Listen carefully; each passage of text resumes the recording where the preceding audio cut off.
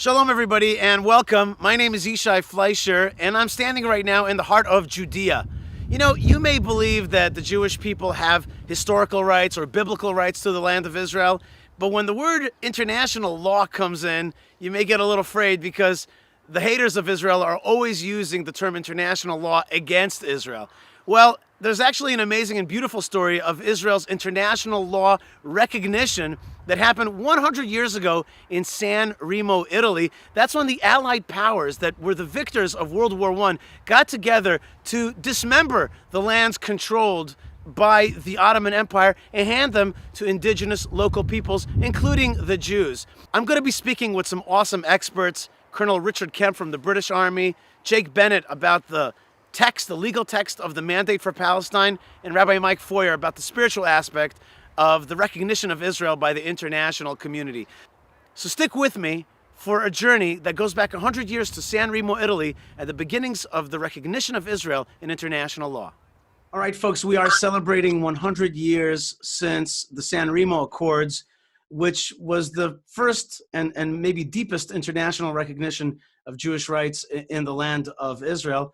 And this segment, I am joined by Colonel Richard Kemp. Richard Kemp is a retired British Army officer, served from 1977 to 2006, completed 14 operational tours around the globe. He spent most of his life fighting terrorism and insurgency. He's commanded British troops on the front lines, including Afghanistan, Iraq, Balkans, and Northern Ireland. He even chaired an intelligence group. Maybe not everybody in the world knows about it, but it's kind of famous in England. It's called the Cobra Intelligence Group, which is responsible for coordinating the work of national intelligence agencies, MI5 and MI6. That's cool stuff. His book, Attack Red State, about war-torn Afghanistan, was a Sunday Times bestseller. But for the purposes of this discussion, it's also important to know that Colonel Kemp is an outspoken critic of the international community's stance on Israel and regularly writes and comments on this issue. He's involved with several pro-Israel organizations. I've heard him speak about this many times. And in a sense, for me, Colonel Kemp is exactly a throwback to those incredible men that lived 100 years ago and desperately wanted to see the reconstituting of the Jewish state in the land of Israel for various reasons. We're going to get right to that in a second. Colonel Kemp, welcome to the show. Yishai, thank you very much. It's really good to be your guest on this. And as always, it's great to be talking to you. Even though I can't see you in person, I can see you on the screen. And it's really good. As you pointed out to me just now, you're always a fun guy. So it's a great pleasure. That's right. And I love your room back there. It really, there's a lot of war type of paraphernalia there. You've really been in battle for more than 30 years now with your other battles that you're in. And it reminds me of some of the great generals of the past. For example, General Allenby. And General Allenby is leading the British in World War I, pushing back the Ottoman Turks. And he's coming up the coast from Egypt. He's coming up to Jaffa. He's coming through Gaza. He's fighting there, having a tough fight, coming up to Jaffa. And finally, he's making it up to Jerusalem. And all the while, when he's in process, there's already a kind of effort to turn on the idea that the Jewish people are going to be given the opportunity to reconstitute their presence in this land after the British free this land from the Turks. So I kind of wanted to ask you about your perspective on 1917, 1960, 1917, those ideas at the time, and that British general who's walking up to Jerusalem, and when he finally gets into Jerusalem, dismounts his horse in order to give respect to this holy city. The year 1917, I think, probably was the single most significant year that led to the recreation of the Jewish state eventually in 1948. And there were two things really, and you've certainly touched on one of them, and you've also touched to an extent on another one.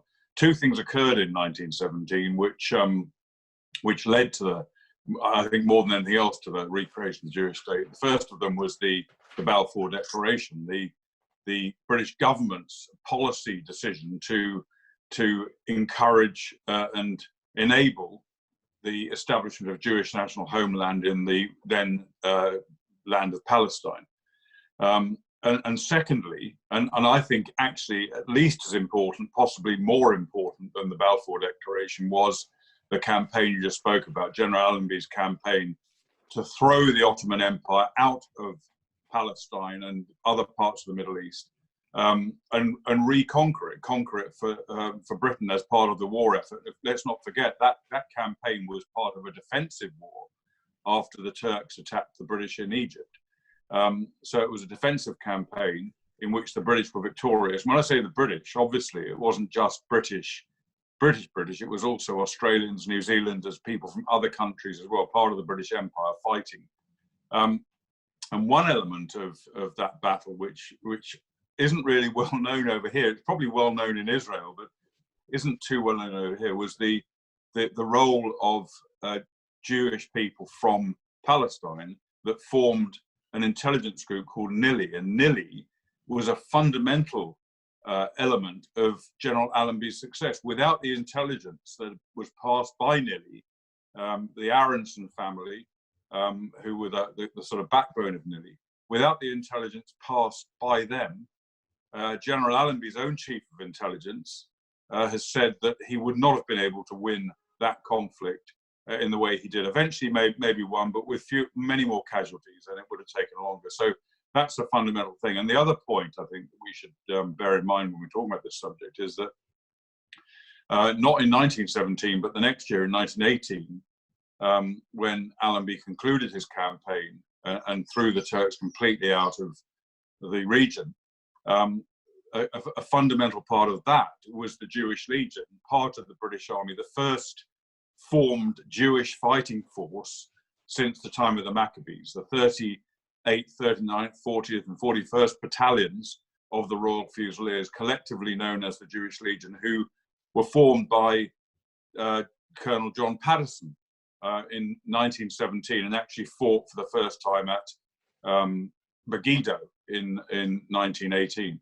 And those brave Jewish soldiers, many of them came from the UK, many came from Palestine itself, some came from the United States of America, Russia and other countries around the world to form this incredible organization that played a key role in defeating the Turks, and of course went on to become, in some respects, the founding fathers of the IDF. Many of the people that fought in the Jewish Legion, and of course fought later, others, younger ones, fought in the Second World War. Many of them from both of the wars were pretty important in founding the IDF. And just very briefly, if I may, John Patterson was a British-Irish colonel, not Jewish, Christian, who after the war, he went to live in the United States of America, and he died in the USA. He was buried in California, and he became a close friend in the US with Prime Minister Netanyahu's father, Ben-Zion Netanyahu, the famous Zionist and historian.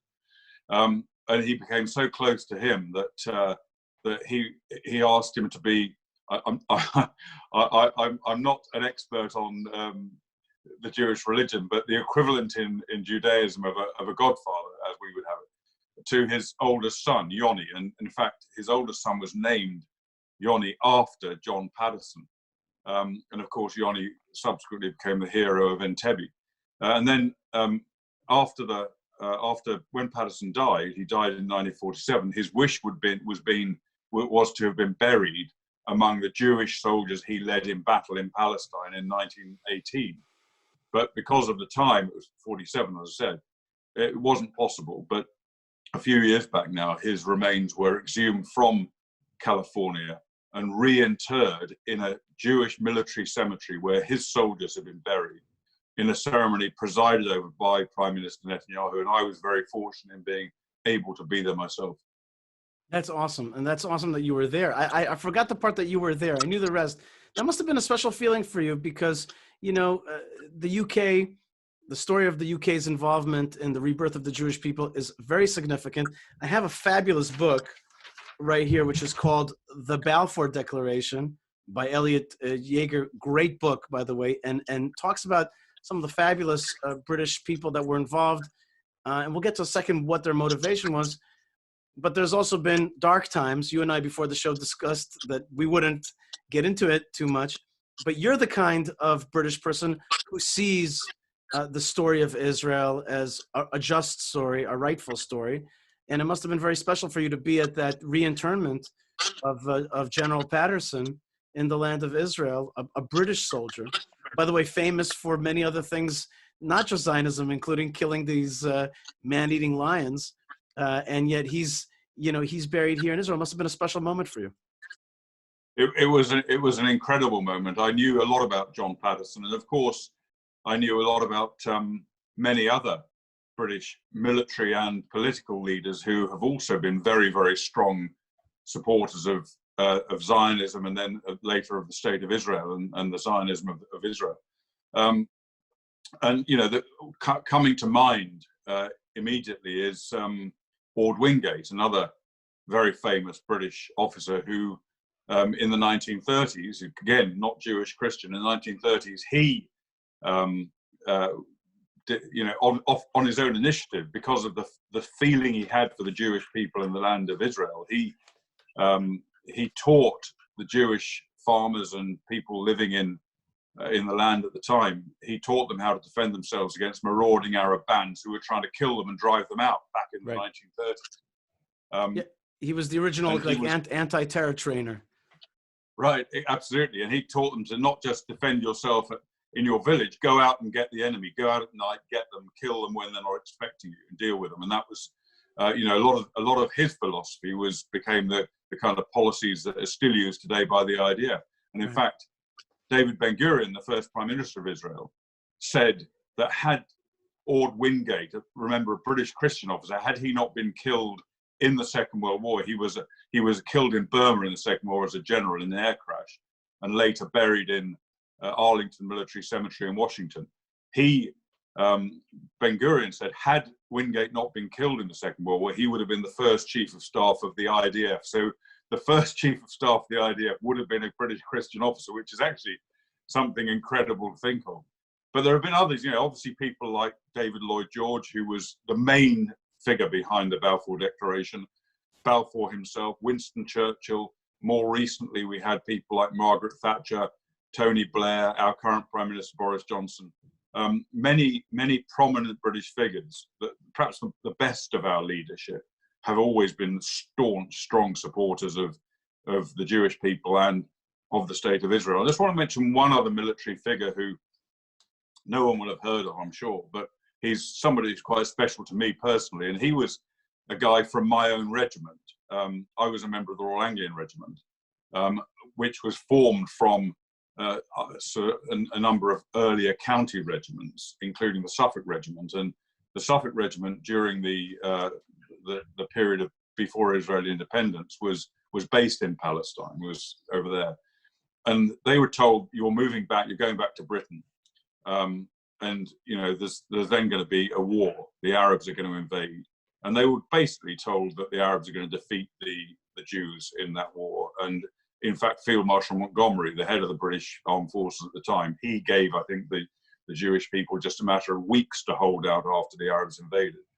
Anyway, one of these guys in the Suffolk Regiment, my regiment, was called Ringo Watson. Again, he was a Christian, British, I think a corporal or a private at the time. He wasn't a senior officer. Wow. But he realized what was going to happen, and he was not willing to go back to England and just from a distance watch the Jews getting annihilated. He had to fight. So he deserted. When his regiment went, he stayed illegally. He kept his machine gun with him. He went and joined the Haganah, and he fought in the Battle of Jerusalem, was wounded in the Battle of Jerusalem, fought throughout the War of Independence. And after the war, he remained in Israel for a while. And then later, he, as these things tend to happen, he met a Jewish girl and married her. And then a bit later on, they decided they would go back to England. He didn't really want to just live as a kind of a criminal effectively for the rest of his life, away from his own home. So they went back to England. He actually took his machine gun back with him as well that he'd taken to fight in the War of Independence. In those days, you could take a machine gun on a plane, no doubt dismantled. But and he handed himself in.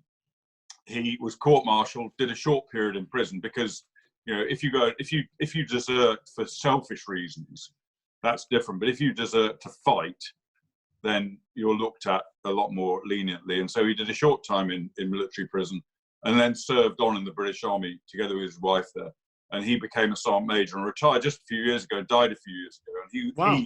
his name was legendary within my regiment. Ringo Watson, John Ringo Watson, his name. No relation to the Beatles, any of the Beatles. That's an amazing story. That's an amazing story. Now, that leads me exactly to my next question.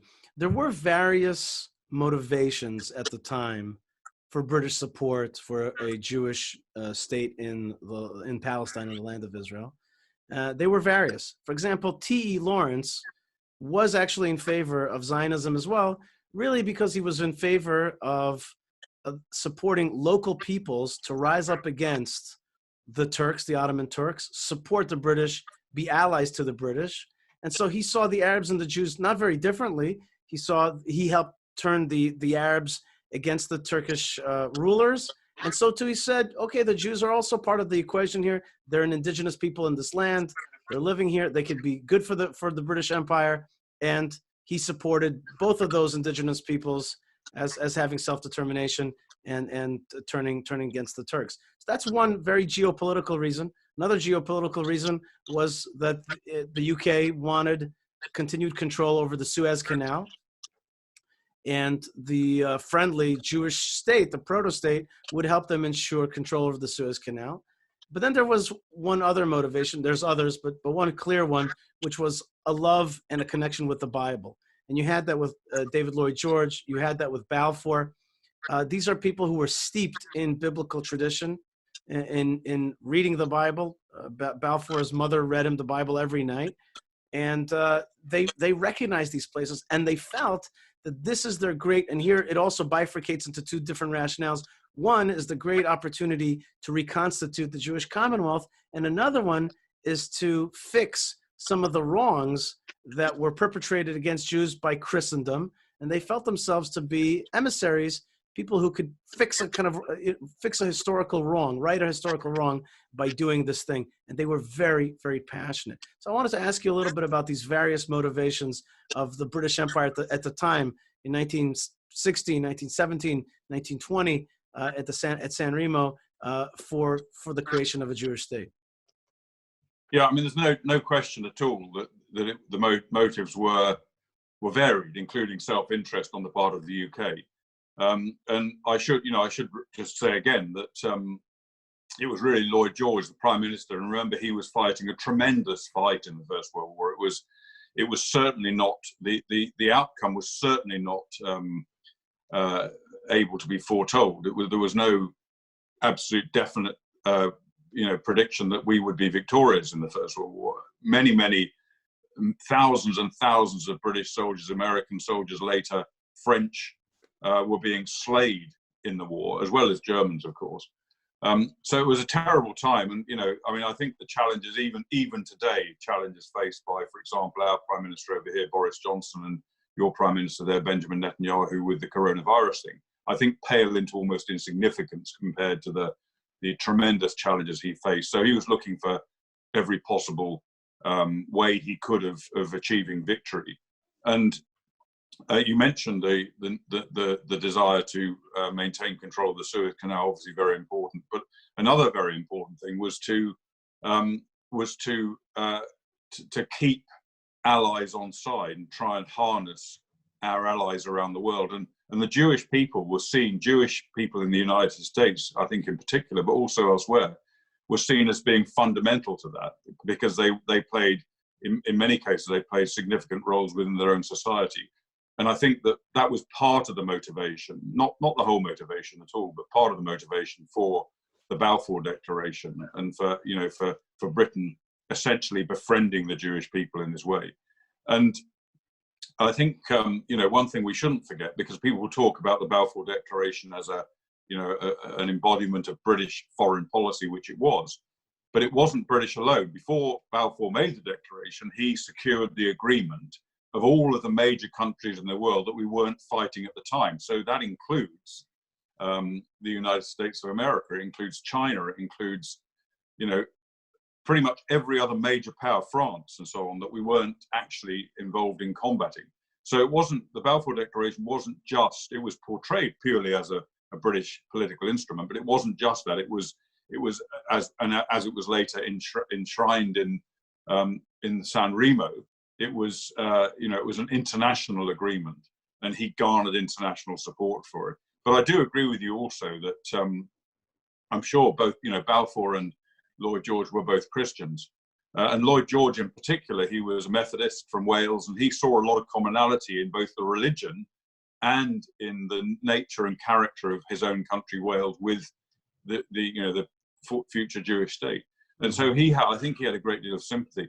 And you find people like Ord Wingate later on, and John Patterson. These also were religious men, and they were partly motivated by the inspiration of the Bible.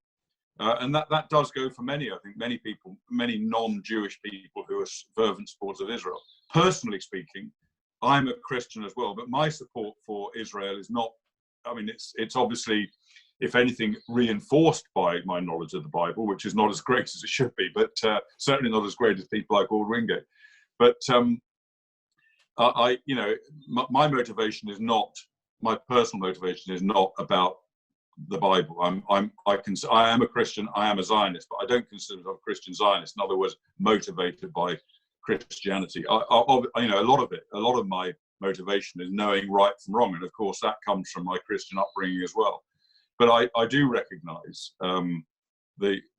first of all the rectitude of the Israeli cause and the wrongness, the absolute black wrongness of those people who want to destroy the state of Israel even today, and there are many of them, not only in the Middle East but in the West as well.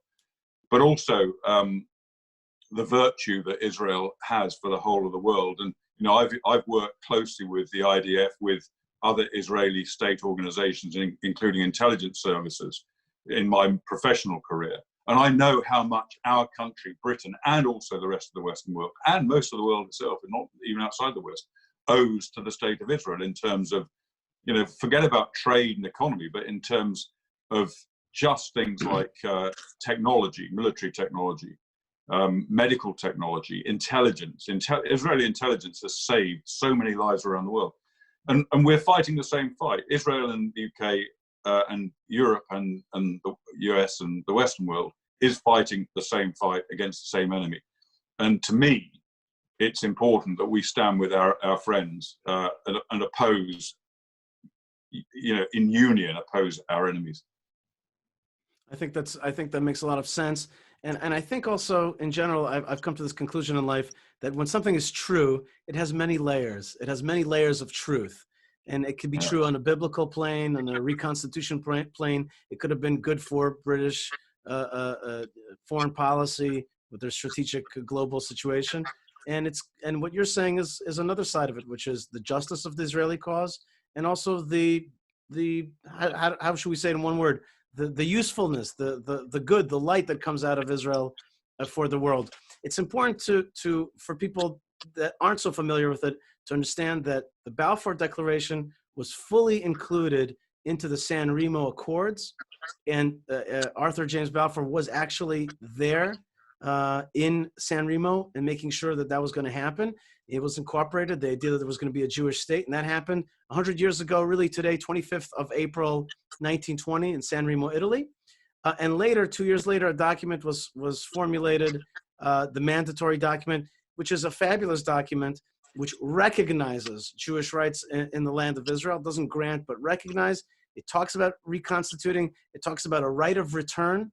And it also talks about a system by which minorities living in the land will be respected, will have civil rights, will have religious rights, but not necessarily political rights, because the folks back then saw that there was going to be Arab states formed through the mandate, but this one was meant to be a small Jewish state. So it was going to be strong Arab states and one small, strong Jewish state, and that's how we were going to have regional harmony, shall we say. Maybe not peace, but harmony. Sadly, that attitude did not prevail, but that was the original vision.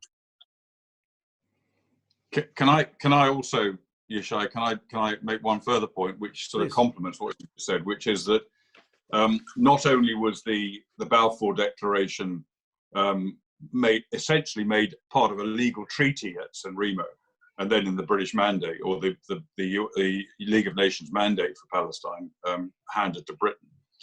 But also the rights of the Jewish people, as well as the Arab peoples in their countries, were enshrined in the Charter of the United Nations when the United Nations was first founded. So the legal rights of the Jewish people to their own homeland in the land of Palestine, now called Israel, and then called Israel as well, but you know, that more widely known as Palestine by that. It's not just some anachronism from history. It was enshrined in the UN Charter, and of course, you know, it's since then. Obviously, after the mandate was given to the UK, we said we weren't going particularly to speak about this, but I'll just mention it. After the mandate was given to the UK reneged on that mandate. And why did the UK renege on it? Because the UK came under enormous pressure from the Arab population in the Middle East to restrict Jewish immigration or even prevent any Jewish immigration into the land. And Britain succumbed to that pressure, I'm afraid to say. Churchill hated it. Churchill stood up against the government as it sort of caved into this Arab pressure. But it maintained, and it persisted right the way through. That same pressure and Britain's same policies persisted right the way through until the War of Independence in 1948, and even beyond then. But I'm very pleased to say that today, I think, Britain has has in many ways, certainly officially in terms of the government, has restored its previous stance towards Israel. We are, you know, I'd say Britain and Israel, apart from maybe Britain and the US, we are two of the closest allies, and it's based partly on trade and economy, partly on military and intelligence cooperation. I don't think there's any closer intelligence allies in the world than Britain and Israel, the United States, etc. So it's often below the radar horizon because of the political sensitivities, shameful though that is to say, of openly and positively supporting and backing Israel. I do believe that that's going to get even better. It's good at the moment. I think it's going to get even better as Britain completely leaves the EU, and we're able to shrug off the EU's overwhelming anti-Israel stance, and hopefully revert to being, you know, again, the people that directly led, I think, to the recreation of the state of Israel, as I mentioned, through both the Balfour Declaration in 1917 and the destruction of the Ottoman Empire in 1917, 1918. And I think, you know, I started off by saying I think that the military campaign by Lord Allenby in 1917-18 was at least as significant as Balfour Declaration. The reason I say that is because if he hadn't defeated the Turks in the land of Palestine, then why would they not still be running it today? Why would they still not be there today? And if they were still running it, would there have been a Jewish state recreated? The answer, of course, is a very resounding no. Well, you're absolutely right, and I want to, you know, I honor you as a kind of emissary of that way of thinking and acting, all the way from General Allenby to yourself, to Boris Johnson. And yes, we there were also dark periods, but today we celebrate the great periods, and today we're celebrating 72 years of Israeli independence, Jewish independence in the land of Israel, and also 100 years since the San Remo Accords, which brought the Balfour Declaration out of just British like policy, and it was even less than policy. It was like a kind of position paper into international law, and really began the process of reconstituting the Jewish people in the land of Israel. Colonel Richard Kemp, you're a great fighter around the world for British interests, but you've also been a great fighter for justice, and within that, the cause of Israel. I want to thank you and wish you a happy Yom Ha'atzmaut. Thank you very much. It's a great pleasure speaking to you. I hope to see you soon in the promised land. That's right. As we say, next year in person, right? I hope this year. Very good. Richard, thank you so much for being with us. Thank you very much, Yishai. All right, and we are joined by Jake Bennett, who is the Director of State Legislative Affairs at the Israeli American Coalition for Action. He's also a guy who served in the IDF and a special forces unit, one of the best ones in the country. And he's also a good friend. Jake, so great to see you all the way from Phoenix. Thanks, Yishai. Great to talk to you. Jake, I want to also wish you a very happy 72nd Yom HaAtzmaut, Israel Independence Day. Thank you very much to you too. This is know, one of my favorite holidays. Tell me a little bit. You served in an amazing unit in the Israeli army. You work in pro-Israel advocacy and activism and legislation and pro-Jewish legislation around the United States. Tell me how 72nd year of Israel's independence feels to you this year. Yom HaAtzmaut, Israeli Independence Day, feels to me like a combination of July 4th and Passover, Pesach, because you've got that element of the political freedom, and then the history of the Jewish people, the national Geulah, the redemption, the coming back to the land of Israel, which this year the calendar worked out that Pesach was actually very close to Israeli Independence Day. And you have, as you mentioned, Yom HaZikaron and Yom HaShoah. So this is a day that to me is really a redemptive, happy day that also brings together all of that Jewish history, 2,000 years of exile, the Shoah, where my grandmother was a slave to the Nazis in the death camps, but survived, and my grandpa hid out in the woods, and a generation before that, Jews were dealing with pogroms in Eastern Europe and starting to rebuild the land, to restore Jewish sovereignty. And here we are. So it's a beautiful day, always a little bittersweet. The Yom HaShoah and Yom HaZikaron leading into it really makes us appreciate, as we should, the magnificence of the time that we're living in all of Israel's wars. And the incredible self-sacrifice of our parents, our grandparents, and friends. And this year, Yom HaZikaron, I remember Ari Fuld, a buddy, and also a great warrior for Israel on every front. And so, I remember one of my commanders in the army who was killed, Tom Karin. He was killed in an action with in a battle with Hezbollah in 1996. So I remember all those folks and others. And so you're right. It's bitter. It's very, very sweet, but we remember the bitterness of losing friends and comrades. And we, of course, remember the Shoah. What people don't know is that 100 years ago this week in San Remo, Italy, the powers that got together, that defeated the Ottoman Turks and the other members of the Axis, the Allies got together and decided what they're going to do with the remnants of the Ottoman Empire.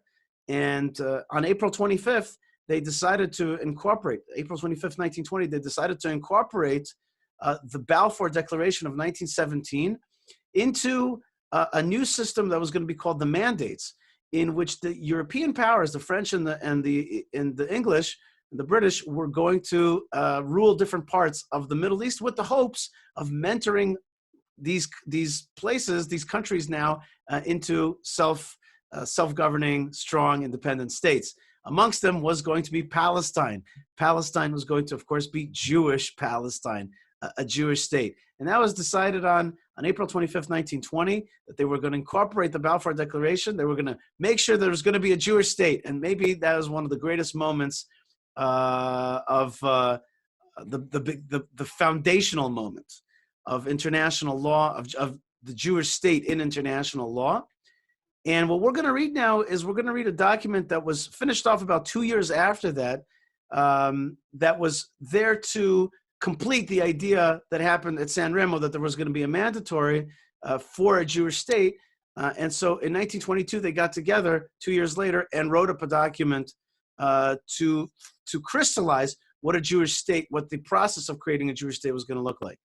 Is that a good summary, Jake? That sounds good to me, yeah. All right, so let's go to the text. I'm going to use our handy-dandy screen share here. Tell me where I should go. Let's go to the preamble. All right. And let's start with the second paragraph that starts with, whereas the principal allied powers. And just read those two paragraphs because that gets us started. All right. Whereas the principal allied powers, are you there? Yep, I'm with you. Okay. Whereas the principal Allied powers have also agreed that the mandatory should be responsible for putting into effect the declaration originally made on November 2nd, 1917, by the government of His Britannic Majesty, and adopted by the said powers in favor of the establishment in Palestine of a national home for the Jewish people, it being clearly understood that nothing should be done which might prejudice the civil and religious rights of existing non-Jewish communities in Palestine, or the rights and political status enjoyed by Jews in any other country. And whereas recognition has thereby been given to the historical connection of the Jewish people with Palestine and to the grounds for reconstituting their national home in that country. So there we have some key ideas: the historical connection of the Jewish people with Palestine and reconstituting their national home. Right. So the importance of that is that they're not granting Israel any right that didn't exist beforehand. They are there to recognize the Jewish kind of natural rights or self-determination rights, which was the language of Woodrow Wilson at that period, right? So they're here to recognize that Jews have always been connected to this place, and they're going to reconstitute. What is this reconstitution? It's the reconstitution of two commonwealths that existed beforehand, and now there's going to be a third one. And so Right. the language of international law is not of granting, not of dividing, not of doing anybody any favors. It's like, you guys have a natural connection to this land, a natural history in this land, and so we're going to recognize that and help reconstitute that. That is an incredible language that is so missing in today's discourse. Am I right, Jake? Yeah, absolutely. There was an important letter by Churchill, who was the who played an important role in this period about a month earlier, where he said it's essential that the Jewish people should know that it is in Palestine as of right and not on sufferance, that the Jewish people have a right to be there. They're not there because some people are doing them a favor. They're not allowed to be there because some people are doing a favor. They're allowed to be there because they have a right. And that's a key concept. Right. And this idea that you have a natural, organic connection to this land. You have your history here. And what we're facing today, if only that paragraph could be made part of the general discourse today, which is we're going to recognize your historical rights, and we're going to help reconstitute a state that you've already had. There's no Arab Palestine in these places. We have not stolen anybody else's land. We have a natural connection to this land, and we're certainly not white Europeans who came in and stole somebody else's land. We are the indigenous people of this place. And so it was recognized. It's important to understand that 1920, I think there were four Allied powers that got together, and it was Japan, Russia, the UK, and France. But here, this mandatory was ratified by 56 members unanimously of the League of Nations. So we're talking about full international law that was accepted by the whole international community of that time. And later, when the United Nations was formed, it accepted all the decisions that the League of Nations took beforehand. So this is the real controlling international law. And this document is remember that old commercial, where's the beef? Here's the beef. Okay, this is the real stuff of the underpinnings of the Jewish state. Let's get to the next text. What should we read? Yeah, let's skip ahead. Article 2 reaffirms that, talks about the establishment of the Jewish national home again, but let's skip ahead to Article 5. All right. Article 5 is very brief. It says the mandatory shall be responsible for seeing that no Palestine territory shall be ceded or leased to or in any way placed under the control of the government of any foreign power. Okay, that's pretty powerful. And that comes in. What's the basic meaning of that paragraph? That this whole land that's being recognized as the mandate for a Jewish homeland, is the Jewish homeland. So we see a lot of challenges to that in the 100 years since. We've seen jihadist challenges on the basis of Jewish sovereignty not being allowed, racist challenges on the basis that Jews are not indigenous, as the rest of the world had called them indigenous to this place for 2,000 years, but were somehow colonialists. And we've seen calls for the partition over and over again of the land of Israel. So this phrase basically says this. Now, you're very good with the numbers. What are we talking about in terms of how much of this is the part of the former Turkish Ottoman Empire? So this area was 40,000 square miles. It's the size of Virginia. This was 4% of the Ottoman Empire. Okay, so when it ends up getting broken up by the British, and the area east of the Jordan gets partitioned for the first time, the original two-state solution, and you have Arab Palestine and Jewish Palestine. They give over 3/4, 77% of the land, 30,000 square miles, to Arab Palestine. What's left, instead of being the size of Virginia, what's left west of the Jordan River is the size of Maryland. What happens now, 25 years later, when you get to the UN partition proposal, which was not a binding law but a proposal, was a further partition of that land. What you ended up with 2 years later, with armistice lines after Israel's War of Independence, was minus 20% of that. So Israel shrinks from the size of Maryland to the size of New Jersey, and that area that is the so-called West Bank, known historically as Judea and Samaria, that's about 2,000 square miles. The rest of Israel is 8,000 square miles. Those 2,000 square miles, to help people understand what this means, it's the size of 3 counties in New Jersey or 3 counties in Maryland. So this article was like, look, this is the Jewish homeland. Don't cut it up. Don't give it away at anybody. Don't try to shrink it. This is the classic land that belonged to the Jewish people. And so the mandate, let's look at it again. The mandate is supposed to make sure that nobody takes away this land and that they shouldn't cut it up. Now, Jordan, it's a long story about how they were able to cut out Jordan. But the point is that anybody today reading this Article 5, the mandatory shall be responsible for seeing that no Palestine, and today you would have to add Jewish Palestine, because people don't understand that the word Palestine is actually, in this case, absolutely, unquestionably meaning a Jewish Israeli Palestine. So for seeing that no Palestine territory shall be ceded or leased to, or in any way placed under the control of the government of any foreign power. So you really couldn't be clear that what is the intent here. The intent here is to keep this place Jewish. Don't cut it up. Somebody's going to come around. Somebody's going to come around and say, hey, this is my land. No.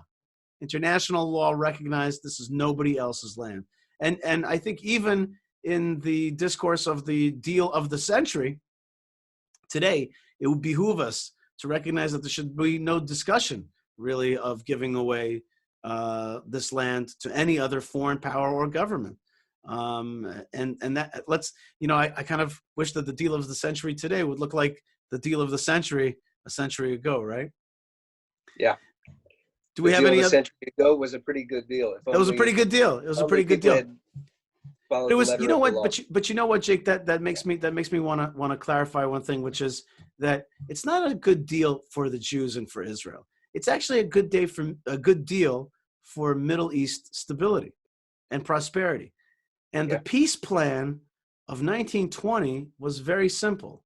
Strong Jewish states, let me say that again. A strong Jewish state surrounded by strong Arab states. Yeah. And it was recognized a year earlier at the Treaty of Versailles in the Faisal-Weizmann letters, where Chaim Weizmann of the Zionist organization had met with the Emir Faisal, who was to be the leader of Syria in this post-war world, who said, as long as the Arabs get our independent states, I'm happy and fine with the Jews having their state. Right. They belong there anyway. They're going to bring the best scientists. It's a beautiful letter. You've read it. They're going to develop this state, and they're going to develop the region, and we're going to grow strong and together. And that was a beautiful concept. And the idea that that you could have Arab strength and independence in all the Arab lands, and Jewish strength and independence, and be friends and Abrahamic cousins and in partnership, was an idea that that could have taken off, but we know where the world's gone in the last 100 Right. years. But what a simple, And it still could. right, exactly, what a simple outlook. This is a region of ethnic national states. That's not a bad word. It's a nice word. And in the 20s, it was certainly seen as a nice word.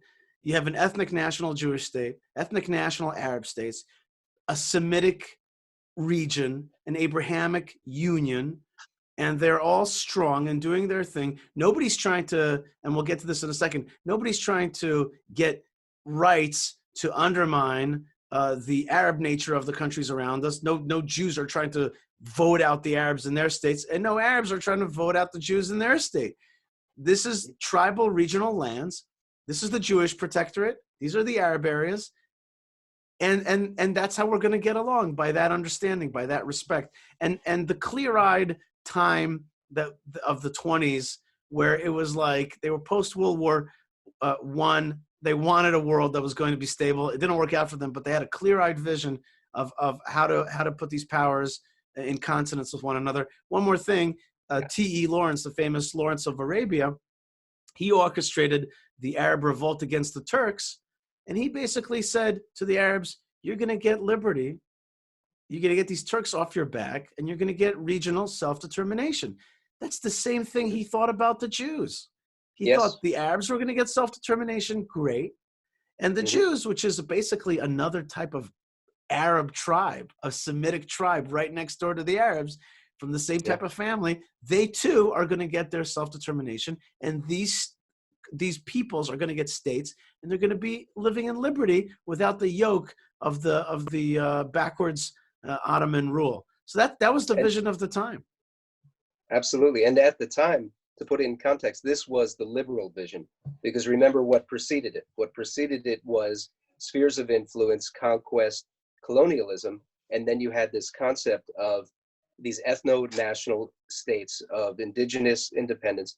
T.E. Lawrence and Amir Faisal went to Versailles and joined Chaim Weizmann in convincing some British Foreign Office people who were against this idea of Jewish independence that, no, this makes sense. T.E. Lawrence was on board, Faisal was on board. And recall that in this document, and we can get to this, but there's also another very liberal idea, which is that there would be civil and religious liberties for everybody in the land. Well, let's get to it. Let's get to that right now. Let me share my screen. Where are we going to? Which? Well, let's see. Next, before we get to that, where's the article about? Let's go. Yeah. Go ahead. You want to jump to civil liberties? Yeah. I just want to get to. I want to make the point that we're making right now, which is that for non-Jews living in the land, there was going to be an anchoring of civil and religious freedoms and rights, but that is as opposed to national rights, meaning to say you're going to have civil liberties. You're going to have the right to congregate and say whatever you want, et cetera, and you're going to have your rights to religion, but you're not going to be able to vote in that Jewish country because we don't want to give you the right to vote out the Jews in their small protectorate. And that's probably what was envisioned in the Arab states as well. And it was just clear-eyed. So the Jews, you're going to control this area. You're going to rule it. You're going to have minorities. You got to treat them right. But that doesn't mean that you got to give them the driver's seat to try to take over the country. Or in other words, and here's the important point for today, Israel is not Jewish because it's a Jewish majority. It's not Jewish because democratically speaking, it's a majority of Jews in the land. Israel is Jewish and was envisioned to be Jewish when the Jews were still a minority. There were more Arabs in the land than Jews, but it was still understood that this is a Jewish state. Today, thankfully, the situation has been reversed, and we have a lot more Jews than Arabs, which is good because this is the national home of the Jews. But that's not the reason that Israel is a Jewish state, and I think that's in the text. Can we see that? Yeah, bear with me to re-find that. Right. So we were talking about. I think we have it in the preamble. It's right in the preamble. It says, it being clearly understood that nothing should be done which might prejudice the civil and religious rights of existing non-Jewish communities in Palestine. Right. And interestingly and again, enough, in Article 2, it's reiterated in Article 2. let's see that again. And also safeguarding Article 2 of, and we're, now let's just make it clear what we're talking about. This is a text that was finished off in 1922. This is the mandate for Palestine, which was based on San Remo, which happened this week, 100 years ago, April 25th, 1920. And it says, and also for safeguarding the civil and religious rights of all the inhabitants of Palestine, irrespective of race and religion. So civil and religious rights, certainly, but not democratic voting rights, democratic liberties, but not necessarily democratic voting rights. Right. Because it could have challenged the very Jewish immigration that this Jewish national home was to be based on. And there we get to Article 6, where we, if you want to pull that up. I'm pulling it up right now. Let's get to Article 6. Go ahead. Article 6. The administration of Palestine, while ensuring that the rights and position of other sections of the population are not prejudiced, shall facilitate Jewish immigration under suitable conditions and shall encourage, in cooperation with the Jewish agency referred to in Article 4, close settlement by Jews on the land, including state lands and wastelands not required for public purposes. All right. So what you have there is another element that gets challenged in the world today, in the anti-Israel world today, the law of return. The law of return, which is a concept that's applied in many European countries, in many democracies. In law, it has a term, jus sanguinis, which means that by virtue of your heritage, you have a right to citizenship in this place. And here the international world, the League of Nations, recognized that Jews have been recognized for 2,000 years as coming from this place and had a right to be in this place, to get citizenship in this place and immigrate to this place. And there was an anti-Jewish immigration movement at the time from people who didn't want the Jewish state. But an important thing to note is that at the same time that Jews were moving in to build the country, you had Arabs moving in from all around the region. So you had Arab population growing dramatically while the Jewish population was growing. So it's not that these immigrants were taking away jobs and opportunity. They were creating jobs and opportunity. That's right. The Jewish state is actually one of the main sources of work and prosperity for local Arabs, and could be also a great partner for regional prosperity if the jihad would kind of evaporate, and instead a spirit of cooperation, a spirit of the Abrahamic Union, the Semitic Union would take place, the spirit that we saw that Emir Faisal had, and many Arabs that I know, many so-called Palestinians that I know, who wish to see that day where Israel will be sovereign in its land, where there'll be residents of Israel with upward mobility, with prosperity, with opportunity. And that Arab countries around us would be our natural trade partners. I want to wish you an amazing Yom Ha'atzmaut. Thank you for being a fighter for Israel in every way, including being a super soldier here in the land of Israel, and also today being the Director of State Legislative Affairs for the Israeli-American Coalition for Action, which is just such an awesome job. Thank you so much for joining us today. Thank you, Yishai. Thank you for everything that you do. It's a pleasure to be on the show. Chag Sameach. Chag Sameach to you. Leitov.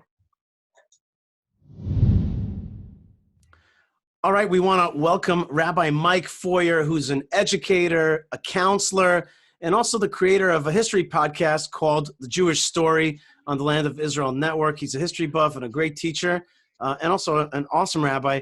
Rabbi Mike Feuer, first thing, Chag Atzmaut Sameach, Happy Israel Independence Day.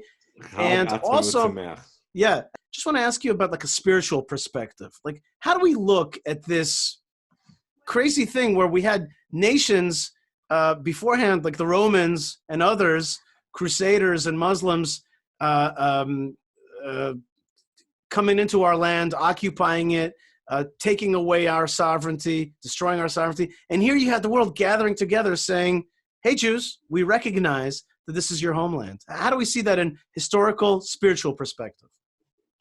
Well, first of all, I mean, after a rough couple of millennia, we see it as Chazdei Hashem. We really see it as the grace of God and as a confirmation that a promise remains unbroken. And that's an important perspective because it was not a simple process, and we're not even at a simple point in that process. But I would say is if you pull back a little bit further, that what comes to my mind when you want to talk about the spiritual perspective of San Remo is what are known as the three oaths, which I'm guessing you're familiar with, but for anyone who may be watching who's not, if you look at the end of the Gemara in Ketubot, you'll find an Agadata, right? This narrative sort of, not just storytelling portion of the Gemara, but exploration of thought, where the rabbis say that Israel was bound into exile with three oaths, which means that there's a whole world which comes into being around the destruction of the Second Temple that we've lived in since then. And those three oaths are, number one, Shelo Ya'alu Kechoma, right? That Am Yisrael shouldn't come up en masse as a wall, literally. And it's generally understood that means that we're not supposed to fight our way into the land. So the Jews are not supposed to. The Jews aren't supposed to come in and bowl through, like come in on a huge army and just take it over in strength. That's an oath that we somehow accepted, says the Talmud, right? Okay. Well, whether we accept it or not, I mean, when God binds you with an oath, it's kind of non-consensual or not. So, Okay. but it's a reference, if people are familiar with the history, to the fact that at the turn of a different era between the destruction of the first temple and the construction of the second, the end of the Babylonian exile, there was a criticism of the Jews who didn't come up Kichoma, right? We didn't come up en masse. Most of the Jews remained in Babylon. So apparently that was an opportunity to repeat that sort of Joshua-like conquest. Once the Second Temple is destroyed and the great exile that we still are struggling to leave completely now comes into being. So that's one of the oaths. That method is off the table.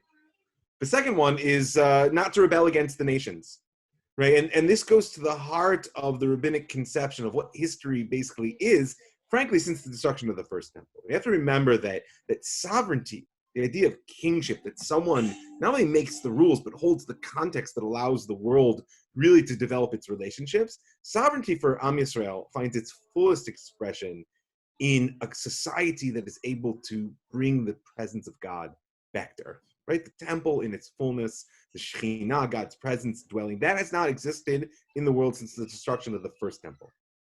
And if you open up the book of Daniel, you'll see there at the second chapter a vision of what it looks like when sovereignty was taken away from Am Yisrael, when the hope that there could be a kingdom of flesh and blood that could actually represent the kingdom of God in the world. It was taken away, and it was given over to the nations who may be just, may not. They may be good, they may not. But what they don't have is the capacity to represent the kingdom of God on earth. That was taken away and will return in some visionary time. And because of that, sovereignty belongs to the nation. So the sages said, we're bound not to rebel. I mean, we say dina de malchuta dina, right? Mm-hmm. The law of the king is indeed the law. The third oath is so we have to. So in short, we have to accept the yoke of the nations. We can't rebel against them and say, I'm not listening to you anymore. They have some say in the matter, and until we have kind of a green light, we can't go to the land of Israel. It's deeper than say. In rebellion. I would say it's deeper than say. They are the context for the world right now. Mm-hmm. Or the world, and that's why San Remo is so important. Because don't forget that, like, the San Remo agreement, as you pointed out, sort of lay at the base of the entire League of Nations process, which itself eventually grew into the United Nations, which means the entire concept of international law, of international sovereignty, that the world is a grouping of nation states who relate to each other as equals despite the very obvious disparities in power and economics, etc. That concept of national self-determination lays at the base of the current context of society. And right there at the base is the fact that the Jewish people have a right to be sovereign in our land. Right? It's a recognition that we, despite our dispersed nature and our difficult history, belong in our land just as much as the Mesopotamians belong in theirs. So the third oath, just to get the complete picture, is that the nations actually was not just binding on Israel, but on the nations. That the nations shouldn't oppress Israel too much. And we happen to be recording this on Yom HaShoah, so for me, it's always a little bit of a bitter pill. Like, what does it mean they shouldn't subjugate us too much? Well, we know now. They may not have known before this. You might have thought at different times, the Inquisition or the Crusades or whatever, that was too much. No, we know what too much is now. Okay, so you have these three oaths. The first one is don't bowl your way into the land of Israel. The second one, don't rebel against the yoke of other nations. And the third is actually an oath on the nations, don't torment the Jews too much. One can argue that those three oaths have somehow been unlocked. Okay, maybe the Jewish people did not go up in kind of in strength in a massive force, but came in drop by drop into the land of Israel until they grew more and more. Two is that the nations, instead of causing us to rebel against them, basically gave a green light, a recognition, not a granting, but a recognition of Jewish rights in the land of Israel. And thirdly, the Holocaust is a how should we say an abrogation of the prohibition against torturing the Jewish people. They just overdid it, and so all of those are kind of green lights for the Jewish people to return to the land of Israel. Yeah, absolutely. It's a shifting in the whole context of exile toward. It's a turning of the corner, if you will, toward redemption. That's very powerful. That's how I think of it. And it's been 100 years. I think there's something powerful about that. Like 100 years. It's been 100 years since that decision.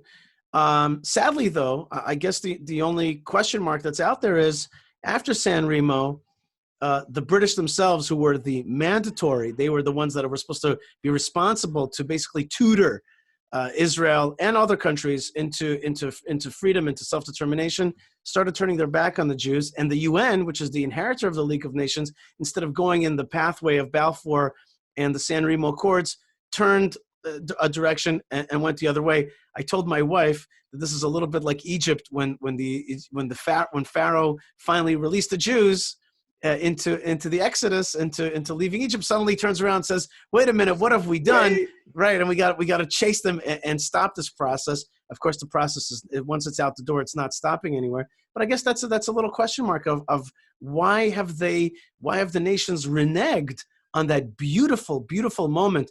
And I just want to add one more point, which is the founders of the Balfour Declaration, if it was David Lloyd George, if it was Balfour himself, and many people around that, they were very sad to see England and this whole process start to going the other way. And the people that took over for them in the British government were not people of the Bible, as these Balfour Declaration people were, and they were not people that saw the great opportunity to reinvigorate the Jewish people in the land of Israel, re-embody the Jewish people in the land of Israel.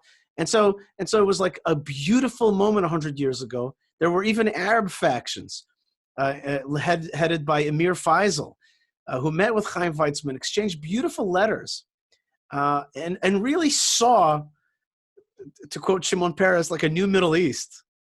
And somehow that was somehow that was. Shimon Peres was there at the Paris conference. That's a good joke. But there are these moments of beauty, and somehow they were lost, and from then on we actually had to fight for it. So how do you explain that in the context of what you said? Well, you have to remember that the Paris Peace Conference in San Remo came in the wake of World War I, which was really conceived of as the war to end all wars. It was more horrific than anyone had ever imagined. It was also, in many ways, almost an accidental war. I mean, true that very few wars are really premeditated on that scale, but there was a sense in which a world system had grown up organically, which was completely unstable. And when it broke down, it exploded in a way that no one expected. And therefore, in the aftermath, there was an opportunity to take those lessons to heart. Right, Woodrow Wilson's vision of national self-determination was a very important part of that. This sort of sense that humanity had a unique opportunity to reorder the world, to borrow the phrase from Isaiah, to beat their swords into plowshares and really end war. But what happened was that needs a narrative. If you're going to do something like that, you need some vision, because it's going to demand a lot of things. It's going to demand a lot of growth and change. It's going to demand a new way of organizing. It's going to demand something like breaking up the world empires, not for your own self-interest, but for the interest of the peoples there. But instead, what emerged out of it, as you're pointing out, was a new power game. Britain wasn't prepared to give up its colonial power. Neither was France. Neither was Germany, even once they recovered from the beating that they'd taken, and the very fact that they didn't finish the job and left Germany unconquered in World War I in many ways led directly to the resurgence and World War II. So, but what I would say is that the difference between, say, 1920 and 1947, between what I've heard you call the San Remo narrative and the United Nations narrative, right? There are many differences, but one of them is that by 1947, the experience of the people around the tables there was the gates of Auschwitz and the mushroom cloud over Hiroshima. They no longer had the faith that the world was going to be a better place. They were just trying to clean up as much of the mess they could and feeling a tremendous guilt over the fact that they had allowed the things that had occurred to happen. Right? And whereas there was a sense of almost messianic hopefulness that surrounded San Remo. And there was also one other element, I think, which is very important, and that is the element of the Bible. The Bible was an important player in the minds of the people that wrote and disseminated the Balfour Declaration. They really lived with the Bible. I read that Lord James Arthur Balfour, he was schooled by his mom, and she read to him from the Bible every single night. And when he was at San Remo, he kept on saying to them, well, how I envision the map of Israel is from Dan to Beersheba. Okay, he really saw, and that phrase was a recurring phrase in his lips. Sure. He even said at some point that he understood the British position in the Holy Land better than he understood it in various places in Europe and in various battlefields. So the Bible played a major role at the UN, and maybe on today's campus and in other places, maybe at CNN and the New York Times. The Bible doesn't play so much of a role. People don't feel themselves to be characters in the Bible. People don't feel themselves that the Jews are the heroes of the story, that Israel is rightful in the hands of Israel. So we've it's a bit of paradise lost, right? Because you kind of, or I like to say paradigm lost. There's a certain paradigm that got lost, and it hasn't really come back yet, except for, interestingly, amongst Jewish people themselves. I think there is a resurgence in a connection to the Bible, either within a sense of tradition, or maybe a sense of real religion, like a sense of serving God, or like Ben Gurion, who saw it as a book of history that guided us to where we're from and where we're going. Yeah, and I like the image of paradigm lost, because in many ways it wasn't just a paradigm lost, it was all paradigms lost. And that's really the difference. San Remo was the height of the modern era, where the hopefulness of the power that humanity could wield, both on a moral and a technological and political front, had not been overwhelmed by the horror of war, but actually in many ways it had convinced people that now was the time to act, and that was what the attempt was made. Whereas by 1947, and certainly today, that hopefulness is gone. The idea that there's a story, like you're saying, that the biblical narrative is a meta-narrative for humanity, that the Bible can be sort of a scaffolding to build a better world beyond sort of the classically religious perspective or beyond the historical perspective, that it actually contains a wisdom, be it in the book of Daniel, be it in the 5 books of the Torah, wherever you see it, that it contains a wisdom that will allow us to build a better world, that Israel is a hero of a story. There are no heroes in the postmodern era. Right. There are only victims and perpetrators. Right. To the only victims. Victims and perpetrators. A hero is just, listen, it's important to understand this, because our claim to heroism, a hero is just a perpetrator with better PR. And that's what you get out of the campus response to the biblical narrative today. Oh, you Jews aren't different or better. You're just using the Bible to cover up your evil. You're actually Nazis on the inside, just like everybody else. And sadly, we feel that sometimes within ourselves. But the reality is that every biblical hero is flawed and struggles with the question of power, right? That doesn't mean they're not heroic. Right. And I think that that's a lot of what's been lost. Yeah. Well, I think that on the one hand, it's been lost. But on the other hand, we do see a moment where for the last 72 years, today we're celebrating Israel Independence Day, we have seen a tremendously heroic moment. Yes, there's elements that try to erode that, but we are going to be celebrating. I think the people in the state of Israel are going to be celebrating. I think Jews and lovers of Israel throughout the world are celebrating. I think they're celebrating with us right now on this video. And I just wanted to finish off with you, Rabbi Mike Feuer, and kind of ask you, how do you celebrate this day? Like, what is its meaning to you, especially the confluence of both Israel Independence Day together with 100 years since San Remo. It's this year. 72 is a beautiful number. 100 is a beautiful number. Like, how do you understand Yom Ha'atzmaut, this Israel Day of Independence? So Yom Ha'atzmaut, the first thing that always comes to my mind when I think about it is the name itself. I mean, I love the Hebrew language. It's a language that, we're taught that it was actually the means by which God creates the world, and therefore it's always worth it to delve into the nature of a word. And, independence is not a particularly Jewish concept. It's important to remember that. And so we are a people who are meant to express God's sovereignty in the world.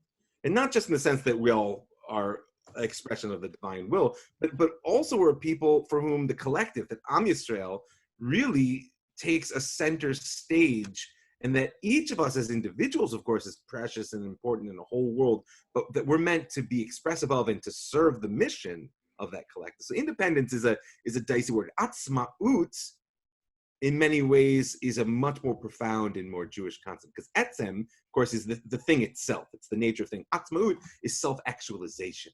This is a day of self-actualization. And that's, I think, where Yom Ha'atzmaut and San Remo really come so beautifully together.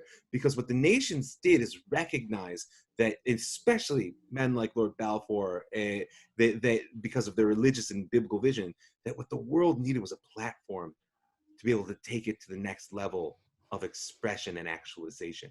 And that's the role of Am Yisrael. It's the role of the Jewish people.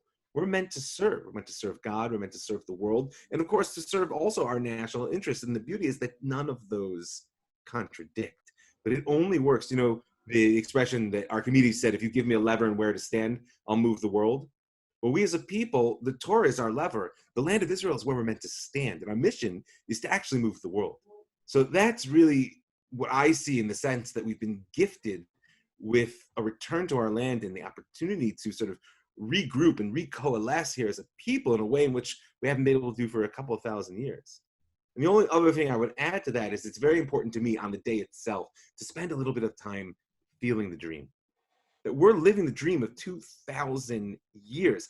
And not just from the sense of privilege and I don't want to feel guilty, the survivor's guilt, but just simply the joy and wonder of it. Because reality is national life is messy. It's complicated. I have to tell you, probably better than me, if that's even possible, how messy our situation is. But you know what? It's a blessing. Even the problems we have are problems of blessing today. And so it's a day in which to feel the fact that we're living the dream of 2,000 years and to rejoice at the opportunity to be able to actualize ourselves as individuals, as a people, and ultimately in service of the divine vision for humanity as a whole in a way which we could not do for millennia. And we have been given a great gift, and I really appreciate spending time with you talking about that amazing gift. It really is. My pleasure. We've spent a lot of words on it, but in many ways it's ineffable. There's no words for it. The massiveness of this incredible time, this incredible gift of being that generation that is getting to be re-embodied in the land of Israel, and really fulfilling that great dream of 2,000 years, that those dreams of all the individuals, and God's dream as well. Rabbi Mike Feuer, you're both a rabbi, you're on the faculty of the Pardes Institute, you're a counselor, a lot of people come to you for help, and also you're a teacher through your history podcast called The Jewish Story, found at jewishstory.co and on the Land of Israel Network. Thank you so much for being with us today. It was my pleasure. Thank you. Hey folks, thanks so much for joining me on the broadcast. We went back 100 years, all the way to April 25th, 1920, to San Remo, Italy, to learn about the origins of Israel's rights in international law. In preparation for the show, I was aided by two books. One was The Jewish People's Rights to the Land of Israel by Solomon Ben Zimra, and put out by our friends, Canadians for Israel's Legal Rights. It's a great book, and this is actually a draft copy handed to me by Solomon himself. He later passed away, so this show is dedicated to his memory. And also the Balfour Declaration by Elliot Yeager. Great book, amazing story about the people behind this incredible miracle of the recognition of the rights of Jewish people to reconstitute their state in the land of Israel. So thank you very much for being with me and celebrating 100 years of international law rights and 72 years of independence. God bless you from the land of Israel, from the land of blessings. See you again on this awesome journey of the Jewish people's return to the land. Shalom.